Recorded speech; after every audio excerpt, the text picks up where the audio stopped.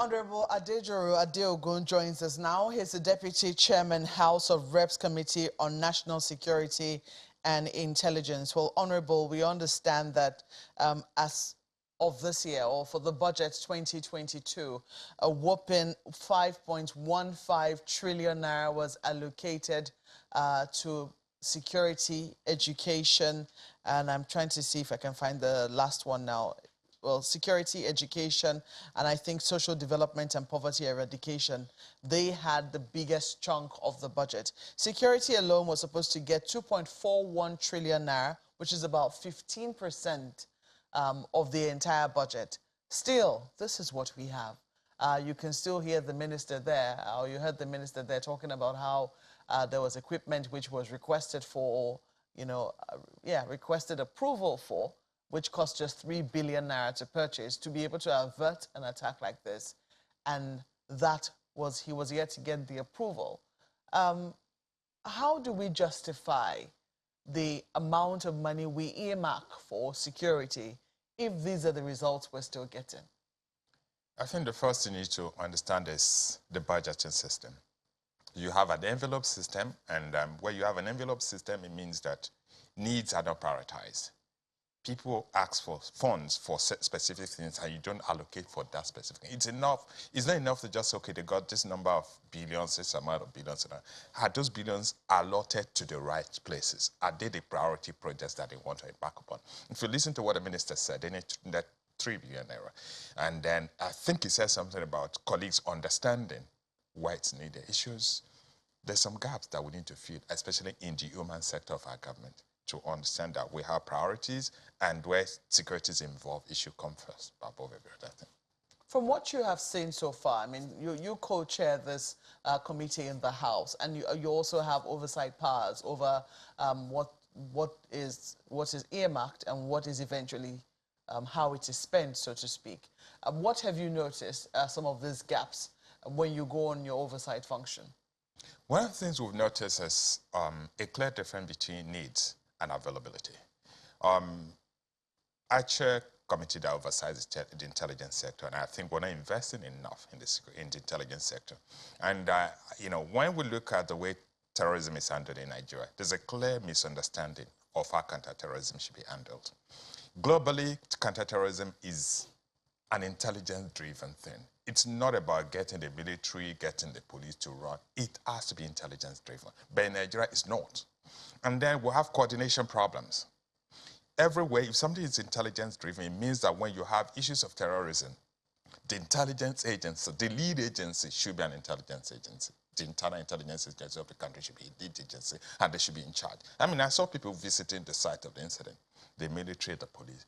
Where is the SSS? It should be their responsibility. Where is the NSA? It should be his responsibility. But they're not involved. So it means that we're moving away from where we should face. We should let this thing be intelligence-driven, because there's a difference between terrorism and insurgency. When you're dealing with insurgency, you're dealing with a crisis in a specific territory. Terrorism is invisible. They choose soft targets, and of course the train is a soft target, and they chose it. And so it has to be intelligence-driven, and we should let the intelligence agencies drive this fight against terrorism. Well, but the House, I mean, the House has been very concerned about this. Not too long ago, they held a security conference. I think it even held, maybe to underscore the importance of intelligence, it was held at the NIA. I believe that there were outcomes of that from that particular meeting. Do you remember the meeting which I'm talking about? Yes, I think the House held a security summit, and the report was submitted to Mr. President. And Mr. President hosted the National Assembly to a dinner and pledged that everything that was recommended in the report would be implemented. Were you a part of that security summit? Because I also remember that then, when that security summit held, a few of your colleagues said they didn't even know that it had happened. It wasn't meant for everybody. It was, specific people involved in the security committees were involved. You're not going to. The House has to function in other areas, so we can't entirely close the entire National Assembly just to focus on one sector. So, that's the reason you have committees. Okay, so your committee was obviously involved in that particular security summit.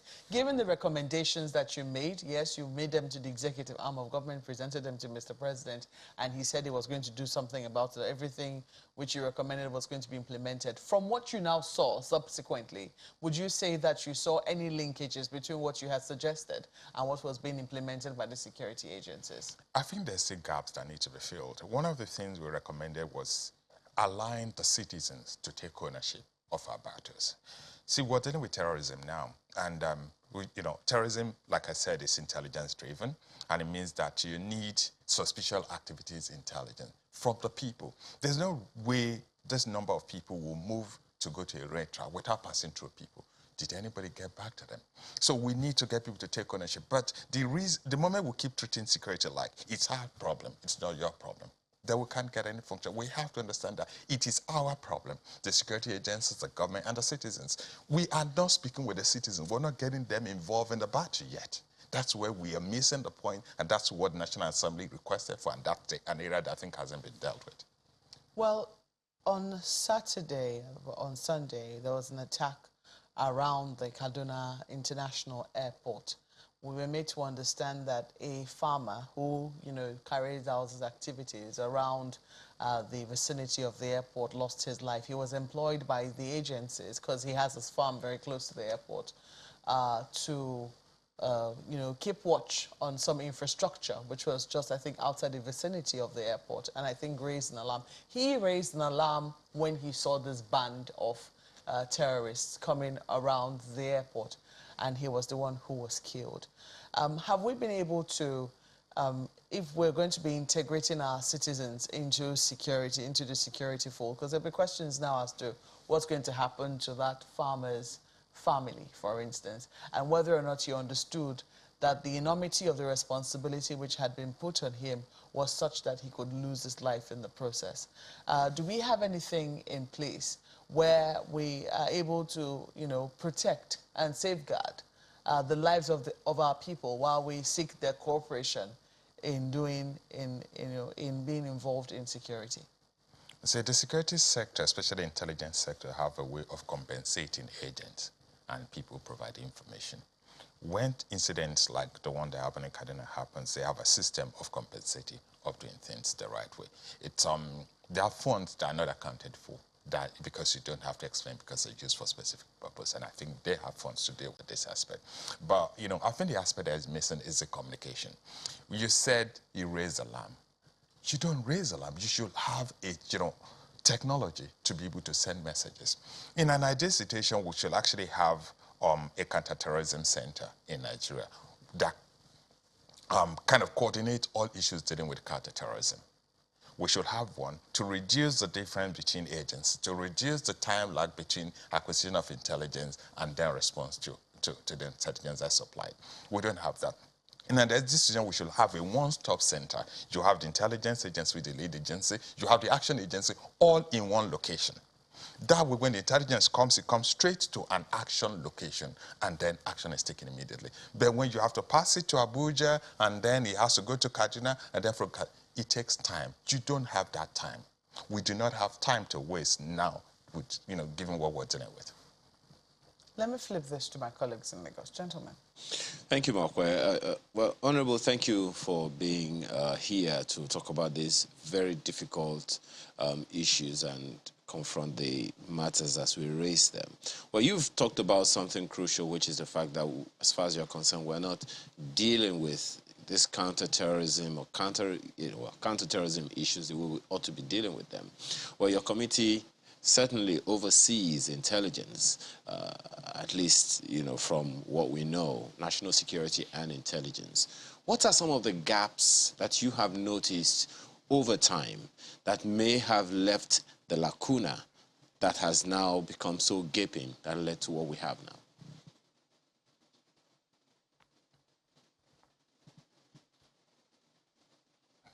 I think over time, we've not actually planned for the situation we're facing today. I earlier mentioned the fact that we should have a one-stop center where all the agencies have to sit together and deal with issues of counterterrorism. In Nigeria, we've attempted to create one that domiciled in the NSA. But there are conflicts, there are issues arising from that because the law creating the office of the NSA does not give him operational power, does not give the office operational power. So you have a conflict between the agencies that have operational power and the ones that are supposed to coordinate. So I think at some point we really need to amend the law to strengthen the office of the NSA. We need to strengthen it. It's an institution that requires a lot of power to be to at least bring in the element from the military, bring in the element from the intelligence agencies to be able to work on operational issues. We don't have that now. I think we need to address that. You also spoke to the budgeting process that many of us may not be aware of. The question that I would want to ask you is, do you see funding as a significant challenge in what we have on our hands now? Because even talking about the issue you just raised now about having a central intelligence clearinghouse, there will be some form of funding for that one. And with what Marco has told you, 15% of the budget of this year earmarked for security, for defense and all of that, one is wondering if you think funding is a crucial issue in the gaps on hand right now. Funding is a major challenge. And part of the problem is that how we, the funds available, how we utilizing them for the right things. Because of the budgeted system, because of the envelope system, you do not have need-based budgeting. It becomes a competition for acquisition to attract funds. So that's why some of the security parastatals, security agencies are getting involved in areas they shouldn't get involved in. That's why they're establishing institutions here and there to be able to attract funds. If we have a need-based budget, and they'll focus on what's necessary, operational issues. Funds come, but are they for operational activities? Are the funds being made available to actually raise the capability of the agencies to confront threats? That's an area we need to look at. Is that to say, Honorable, that we don't consider security that significant? Because without security, investors are not going to be, they won't feel safe. And consequently, whatever investment is made in the country to shore up the economy, to provide employment and make the place safe for people, pull people out of poverty and all of that, it is not going to happen without security. So is that to say that I don't know, what you make of all of that? I think the major issue is for us to sit down and tell ourselves that if we need to spend 50% of our budget to address security, we should do it. Because I look at what happened with the investment in the railway. A lot of funds being invested, and now you know what's been lost. And then it's not just about what's been lost today, it's that passenger confidence is eroded. I won't get on a train to Kaduna tomorrow. I'll be scared. I won't even go to Kaduna because I look at it, I can't go by here because the airport has become unsafe. I can't get on a train. I can't go by road. So if I have business in Kaduna, if it cannot be transacted over the phone, I won't go to Kaduna. That's the kind of loss we've created for ourselves because we're not tackling security the right way. So we must understand that at this point in time, it's a critical point. If we need to invest 50% in our budget on tackling insecurity, we should do it. You know, listening to the speaker talk about this issue yesterday, saying that for nearly 2 decades we have confronted evolving national security challenges. Too many of our fellow citizens have died or had their lives permanently altered by confrontation with evil they neither sought nor provoked. He said that this is an untenable state of affairs. And the speaker in that statement went on to say, you know, we're going to step up our oversight functions. It's befuddling to hear that we budget for things that we don't quite need. So I wonder, what is the essence of budgeting? So in terms of stepping up, your role, I'm talking about the National Assembly in terms of oversight, budgeting, what is the plan really?